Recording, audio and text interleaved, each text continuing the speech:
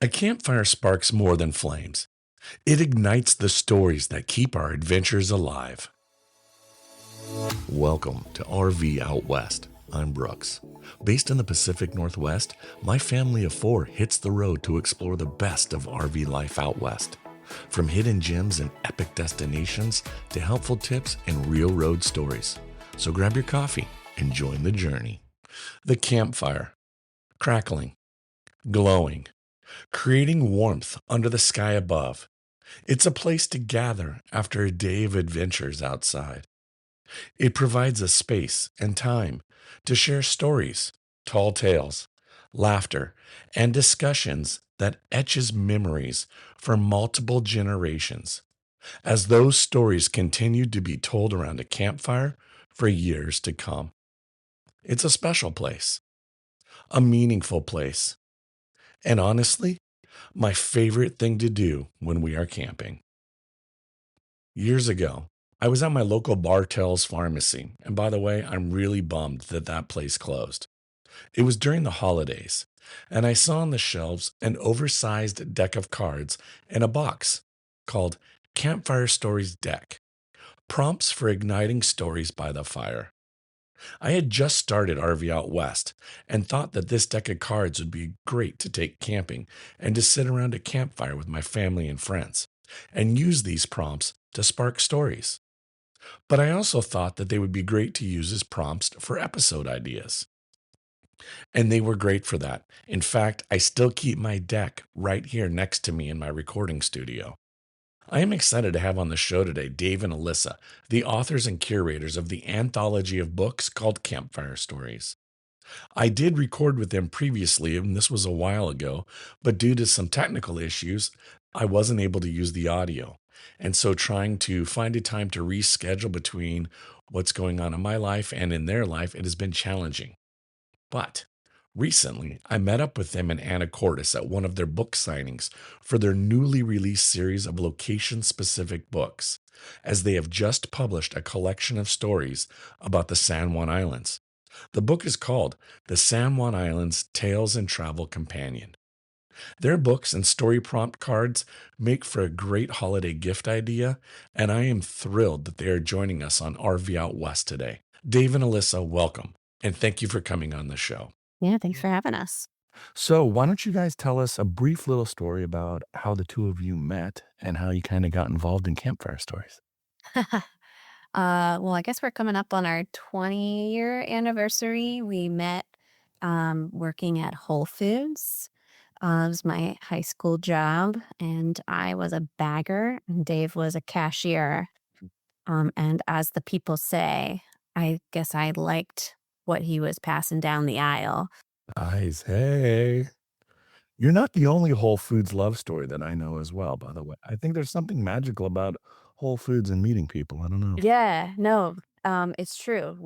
I think the first rule that I learned was not to date your coworkers, and I broke that, and so did pretty much everyone else. And in fact, my supervisor, who I think had to pass on that rule to me, most recently we bumped into her and another person who was in grocery, who are now married with a kid at soccer practice because our kids do soccer together. So that's kind of like a funny, weird situation. That's funny. And Campfire Stories came out of our love of the outdoors that we sort of discovered together. We didn't grow up camping or hiking, something we sort of found together early on in our relationship.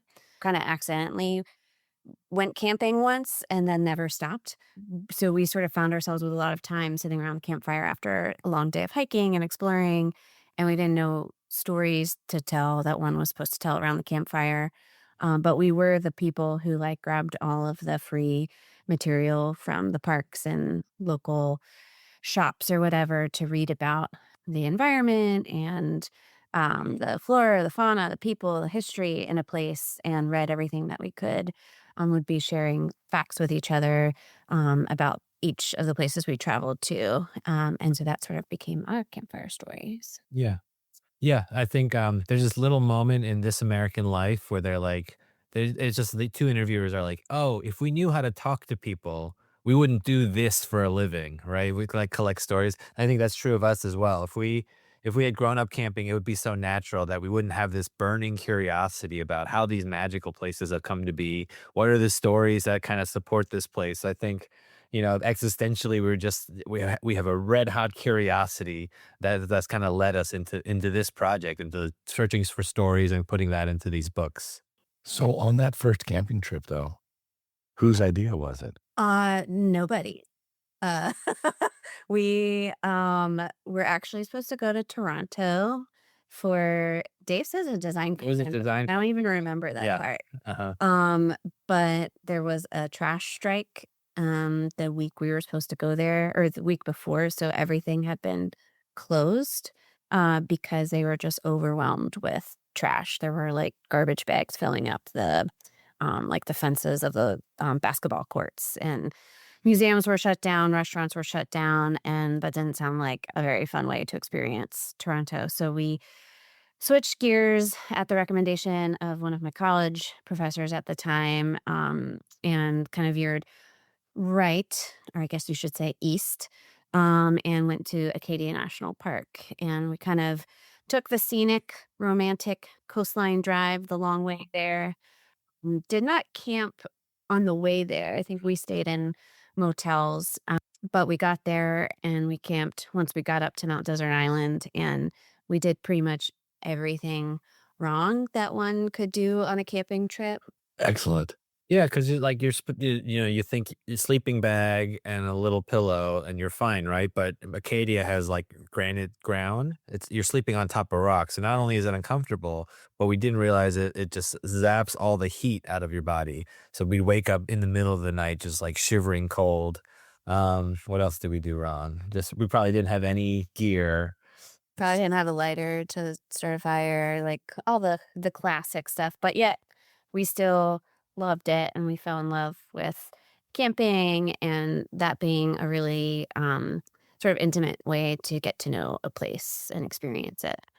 True. So I would love to hear about your Pacific Northwest adventures. We were there recently. I think our first ventures out there were probably visiting Portland. We almost moved to Portland, Oregon, but we did a lot of exploring. I guess before even the book series, we did Olympic National Park and had a really awesome time there. We were in the Hoh rainforest, like on a really moody, drizzly day, but like the crazy, brilliant greens of the forest really came out, and the blue of the water, the rivers there. That was pretty incredible. And we had an encounter with mountain goats on top of the Nice. mountain on a hike. That was pretty How comical. close did they get to you? We thought that they were clouds in the distance, but then the clouds kept moving closer. Yeah. Well, this is the difference between Alyssa and I, right? Alyssa saw them coming towards us and she smartly got out of the way.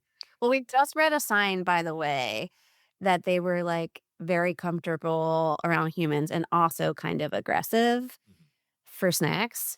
And there the sign was like like if they got really close, like you throw You- rocks at them or something to kind of like keep them wild, keep them Well, away. I had read that if you turn and run, that you're inviting them to attack you. So I'm standing on the trail, just watching them come close, and I'm like looking through the index of my travel guide, being like, oh, mountain, not the mountain goats. So I flipped to that page, and then I just learned that mountain goats, eat. Are there. They can damage the area because of their overgrazing, and I'm like, that's not helpful. So yeah, I was about arm's length out, and I just kind of hid behind a tree and watched him go by. But I think that illustrates the difference between us two. I am book smart, and Alyssa's street smart. Well, there you go. Fair enough. Trail smart. I love it. I love Trails. it. Yeah. Has there But been? so yeah, Go so ahead. we've and then since then we've been out that way quite a bit. Through our book series, we covered Olympic National Park again many years later for the book, and collected stories from folks out that way, and then got to go back for book tour and spend some time doing some book readings and events. several with Harvest Moon, who's a Quinault storyteller, who's really awesome. And we have a story from her called Glue Geek, which sort of captures the Sasquatch of the Pacific Northwest. And that's probably like one of the most campfire-y tales that one could imagine having. We actually tried to resist having a Bigfoot Sasquatch story because we thought that that was just like a little too kitsch or not. Cliche. Um, just yeah, cliche, and we had long like heard of like the conferences that kinda go on out there Yeah. for Bigfoot, and it just felt a little tacky, He's the world champion of hide and seek. yeah. But then as soon as we learned that it's actually, lore and, a figure that's in a lot of indigenous stories as well, then it kinda gave it some grounding and authenticity, and we felt it was, essential to include, Harvest telling of the Glue Geek story. And then we most recently were back out that way in the San Juan Islands doing research for our new book series that's focused on beloved regions. So our first two volumes of Campfire Stories are anthologies of stories from many national parks and trails. So I think we have like 5 to 7 parks and trails in each book. We can only tell like a handful of stories from those places, but our new book series, focus on beloved regions, really allows us to go in depth into a region that might not necessarily be a national park, but sort of like a beloved outdoor nature sort of focused region. One of them is the San Juan Islands, and got to spend some time out there doing the research for the book. And again, most recently, where we got to see you in real life on book tour, going out to celebrate having the book in hand and having many of the contributors come out to our events. Speaking of that book tour, I gotta ask, did you make it to the, donut house in time before to catch the ferry, or did you guys not make it? We chickened out. We were like, it's not worth missing the ferry for Fair donuts. enough. Well, that's the fear that everybody puts into you. It's like you gotta make the ferry. You gotta not just be there at the time. You gotta be in line an hour ahead of time, or else you might get kicked off the ferry. So I think we had like this 20 to 30 minute window to go to the donut house, and then like all the people at the bookstore was like, "No, you don't want to risk your spot on the ferry." Yeah.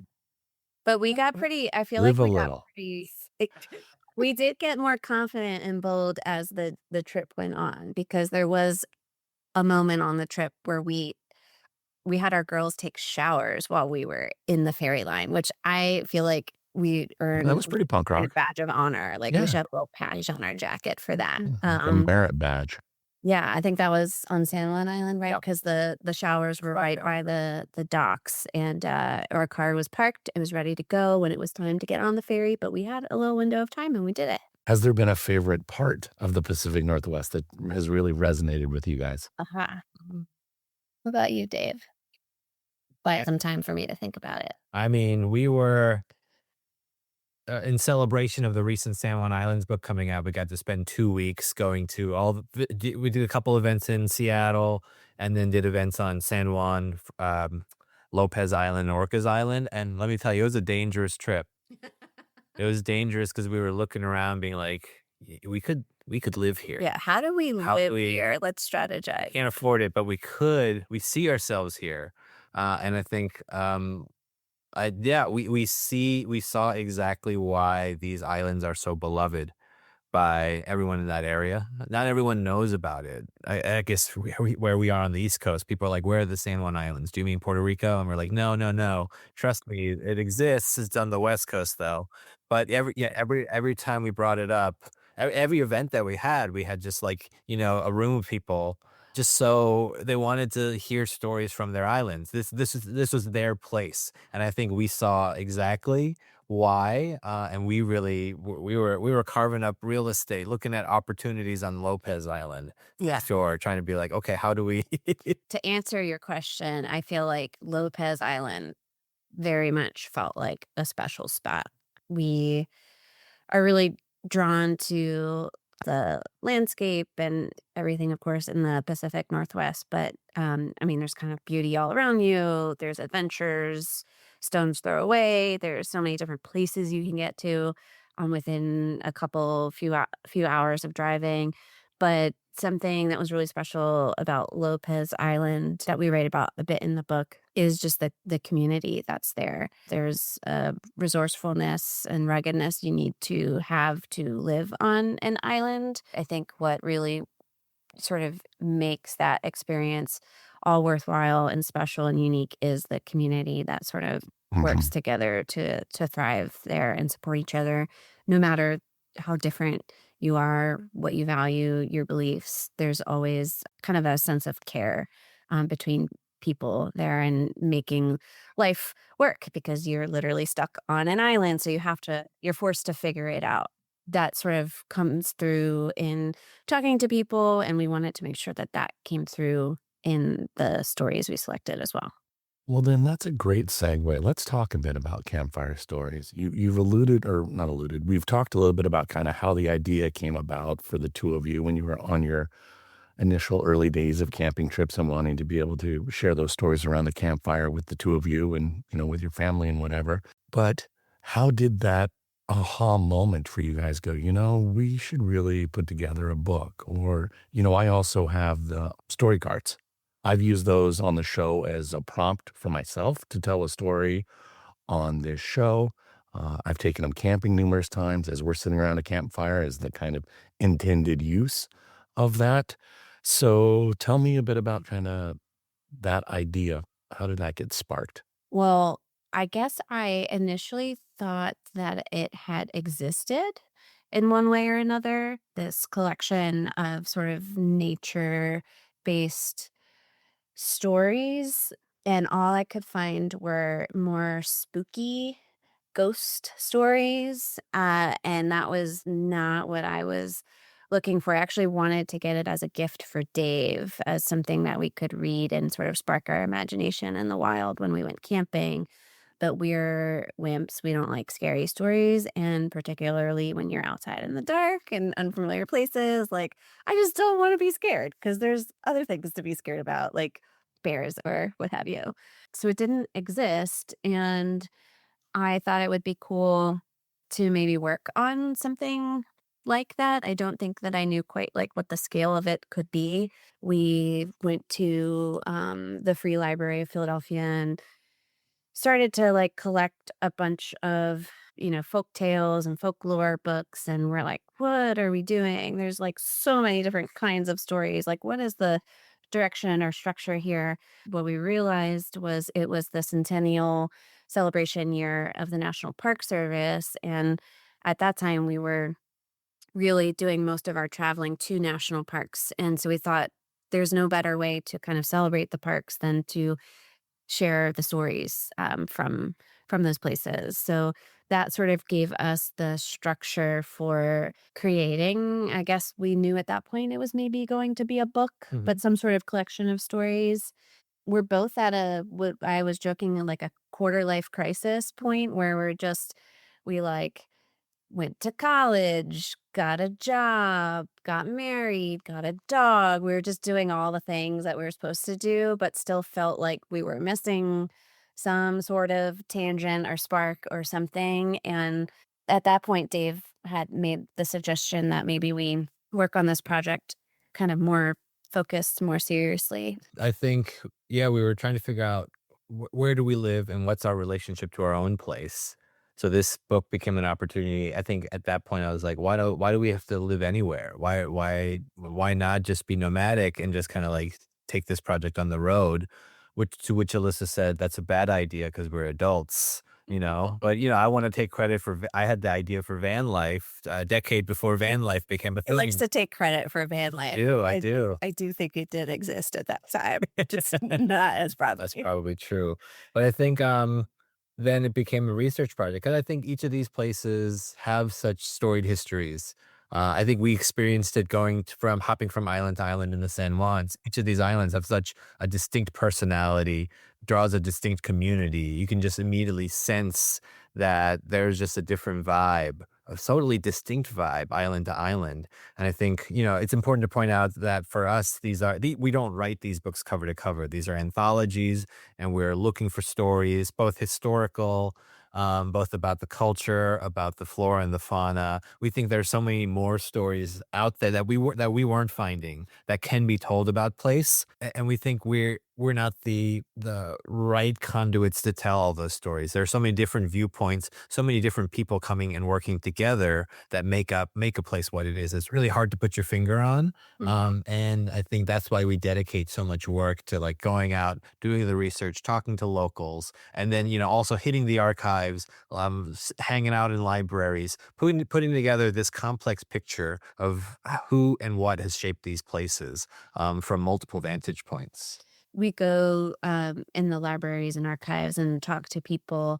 What we get out of that is a sense of the themes and topics that we need to cover to share sort of an authentic story about a place. And it also importantly shows us what stories we shouldn't tell about the place as well. And then we kind of use that as a rubric to select stories either from material that we've already collected or found in a library, or just sort of like helps us weed down that collection. But it also highlights for us where we have gaps and where we might need to commission stories as well. So along the way, we often meet writers or we meet people who are just like great natural storytellers. Or we find a piece of writing we like, but it doesn't quite fit into our collection. So we ask that person, if they are still alive, to create a new story around a particular theme. It's amazing. It really is amazing what you guys have been doing. So tell me a bit about then how many books in total have you guys published and what's in that collection thus far?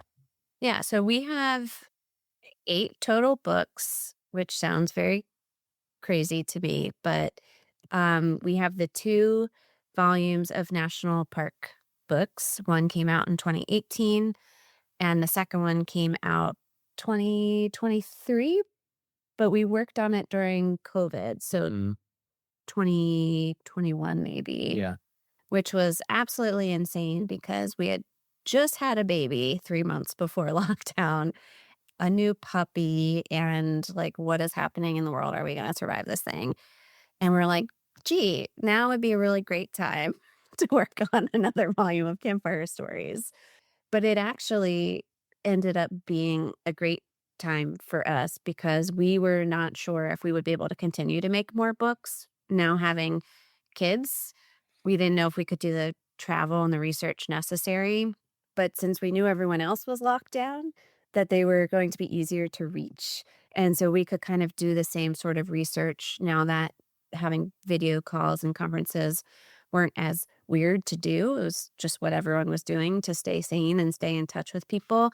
It really opened up a ton of opportunity for us to connect with people, connect with writers. It's always been a goal of ours to have diverse perspectives and diverse writers included in the collection. And we didn't always find that in the libraries and archives when we visited places. So it kind of opened our world in terms of who we could reach out to request stories from. So that's a really long-winded answer, but that was sort of what was unique about volume 2, and that really then impacted a lot of how we approached our projects going forward. Also coming out of COVID and lockdown was the inspiration for the storytelling card decks we have. We have 2. One is sort of general family-oriented prompts to share stories from your own experiences in nature and outdoors, traveling. The other one is more kid oriented, focused on kids sharing wild stories about, character. There's a set of cards. One half of it is character cards, and the other is action cards. So the idea is that they sort of draw these animals and a thing that happens and like create a wild story about that. And that really came out of this sort of like return to the basics and simplicity and sitting around and talking to your family that we were seeing happen during COVID when you could only gather outside. What was it, 10 feet, 6 feet It's good. apart? At least. Yeah. And so people were naturally just sort of like having campfires outside, sitting outside. And that's sort of where that inspiration came from, the time when everyone was like doing puzzles. After that, we, kind of realized that we were maybe shooting ourselves in the foot a little bit by only focusing on national parks and realizing there's so many other places that we could share stories from. Often we had questions from people like, when are you going to do my favorite place in the world next? And we would always be like, is there a national park there? And it just felt like kind of silly to only be focusing on the parks. So that's sort of where the idea for doing these beloved region books came from, and all 6 of them are now out. What are the 6 beloved regions? Yeah, so the first 3 that were published, last April, I think April, were Adirondacks, Cape Cod, and Chesapeake Bay, and those are all standalone books. And most recently in September, they came out with the next 3, which are Redwood Coast, San Juan Islands, and Santa Fe and Taos. So, since you guys have just published the San Juan Islands Tales and Travel Companion a couple of months ago in September, will you each share a particular passage that really resonates with you individually? And then briefly share with us what it is about that passage that moves you. Yeah, Do you wanna go first? sure. I can go first. I'm going to read a little bit from one of our favorite contributors to the book, Rena Priest, who is a poet based out of the Bellingham area, but is also a member of the Lummi community and this was the 6th Washington State Poet Laureate from 2021 to 2023. But she's contributed on a couple of our books. And I just have a short passage from her story, "Flourishing in the Seasonal Rounds." My ancestors also observed the blossoming of flowers and the shift of the wind. They acknowledged a relationship between our world and an unseen world under the glittering surface of the Salish Sea, home of the Quell McKen, our relatives under the waves, also known as the southern resident killer whales. Because of the unique culture of the Quell McKen and our ancient relationship with them in our shared homelands and waterways, we understand that their world mirrors ours. We understand that what happens to them happens to us. It's easy to recognize this relationship when you look at the similarities between their culture and traditional Laktamish culture. Like us, Quell Machen are good at catching salmon. They follow the lead of their matriarchs and always travel together as a family. They are also known to sing and gather in celebration with neighboring pods. For all these reasons, their name acknowledges our connection, our relatives under the waves. We understand our world a little better by understanding how it is named, how it came to be known. And when we understand something, we are better able to love it. This is what the ancient stories do. They give meaning and anchor us in the world. A long time ago, some say as long ago as 12,000 years, the glaciers receded, leaving a rocky, barren landscape. The majestic forest had yet to take root, but there was water, clear, cold water, and then salmon came, bringing all the rich minerals of the sea in their shining bodies. Everything partook of these riches and began to flourish. The ancestors came down from the Fraser River Canyon and made a life in these islands. It's good to understand something about this place and our relationship to it, so that you might love and respect it as we do.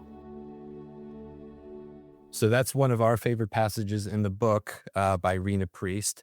And I think we are drawn to it because it tells us so much. It's kind of the mission statement for Campfire Stories. One, it tells you so much about the history of this place, the relationship to the killer whales, and kind of the role that the whales and the salmon have played in the landscape.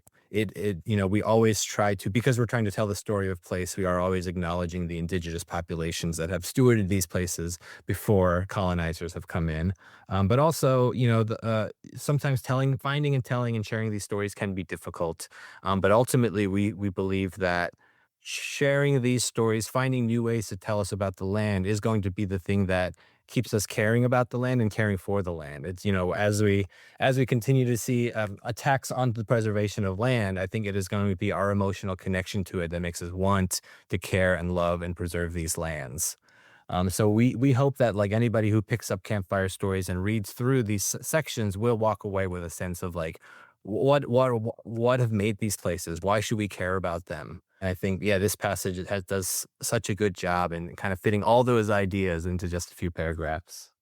I'm going to read Home of Belonging by Abigail Morgan Prout. It's a poem that I just really love. It captures, what it's like to live on and grow up on the island and the sense of community, not only with the other people on the island, but the plants and animals and other sort of what we see as separate nature, but we were very much a part of. I am building a home of belonging from repurposed intention. Mossy gray pounded shoreline, tall black sway forests of fir, damp cedar, alder. I belong to the roaring walls of solstice fires, the ritual yearly witness of our island children as they cross the threshold, flower crowned and grown. I belong to the Salish Sea, the teacher of patience as I learn how to wait for boats and wait for boats and wait. I belong to the awe of the tides, ocean of emotion twice changing in a day, a reminder of how much is in constant shift under the surface, in and out and through the narrow ripping straits pulling between craggy channels. I belong to the slicing barnacles, tight black-lipped mussels, bright sandpaper sea stars, each one a party favor for the soul. I belong to deep teal kelp alleyways woven with sleek shots of seals, gunning for sockeye, breaking the tension with loud whelps of air, to gaze with detachment towards our land-loving ways.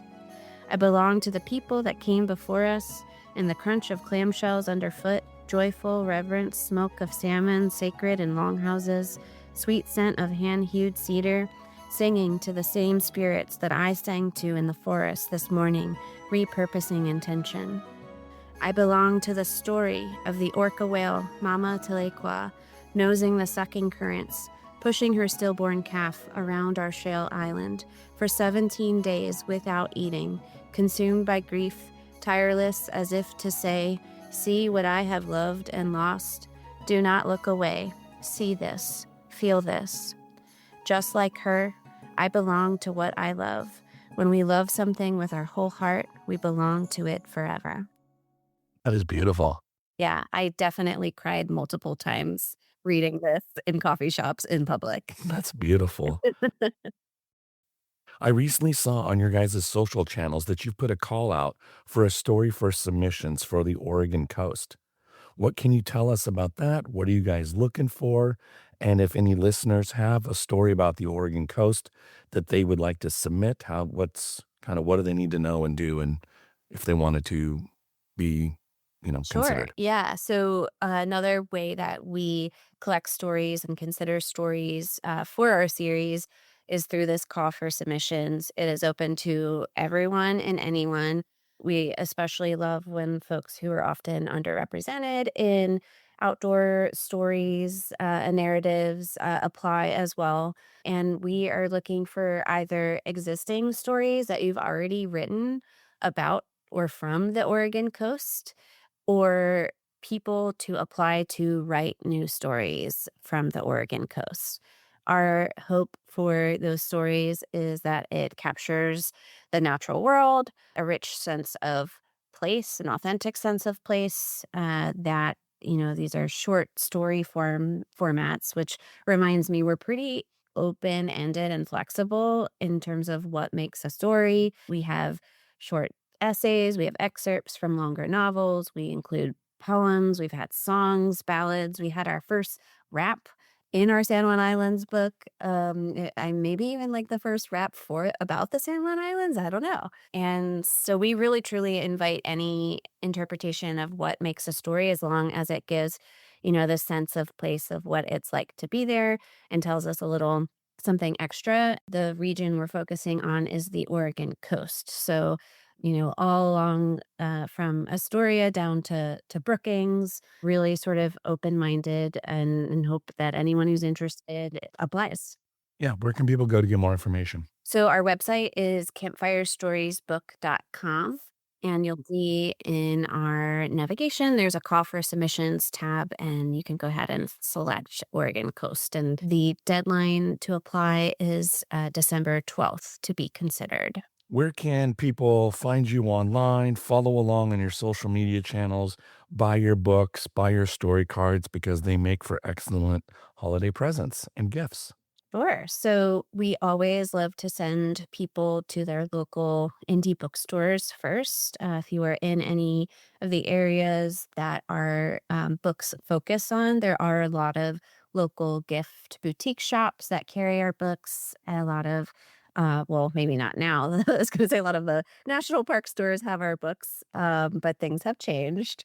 And we also have our website. You could buy from us directly, campfirestoriesbook.com, or directly from our publisher, Mountaineers Books, who are absolutely wonderful. And they have a lot of really cool other titles as well that you could shop for the holidays as well. Okay. Well, Dave and Ilyssa, thank you guys so much for taking the time out of your day to join us here on RV Out West. I really appreciate it. Yeah, Yeah. thank you. Appreciate it. Thank you for listening to RV Out West. If you're enjoying the show, I'd love for you to take a moment to leave a rating and a quick review on Apple Podcasts or with whatever app you use to listen to the show. If you've already done so, I sincerely thank you for that.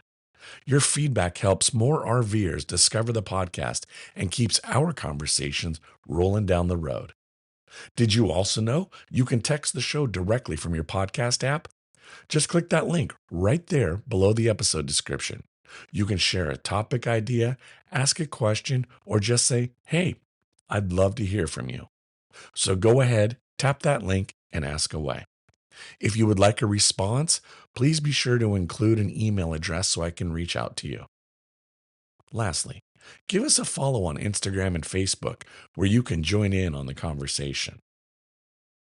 In next week's episode, Kevin and Larika from Retired Road Tripping join us to share their unforgettable travels across the Pacific Northwest. From scenic coastal drives along the Oregon coast to quiet forest campgrounds, they've collected stories and lessons from a life on the road. Tune in to hear their tips, favorite stops, and what keeps them rolling toward the next adventure. Thanks for listening to RV Out West. Be sure to follow the show so you never miss an episode. And if you enjoyed the show, tell a friend and please leave a rating or a review. It would mean a lot.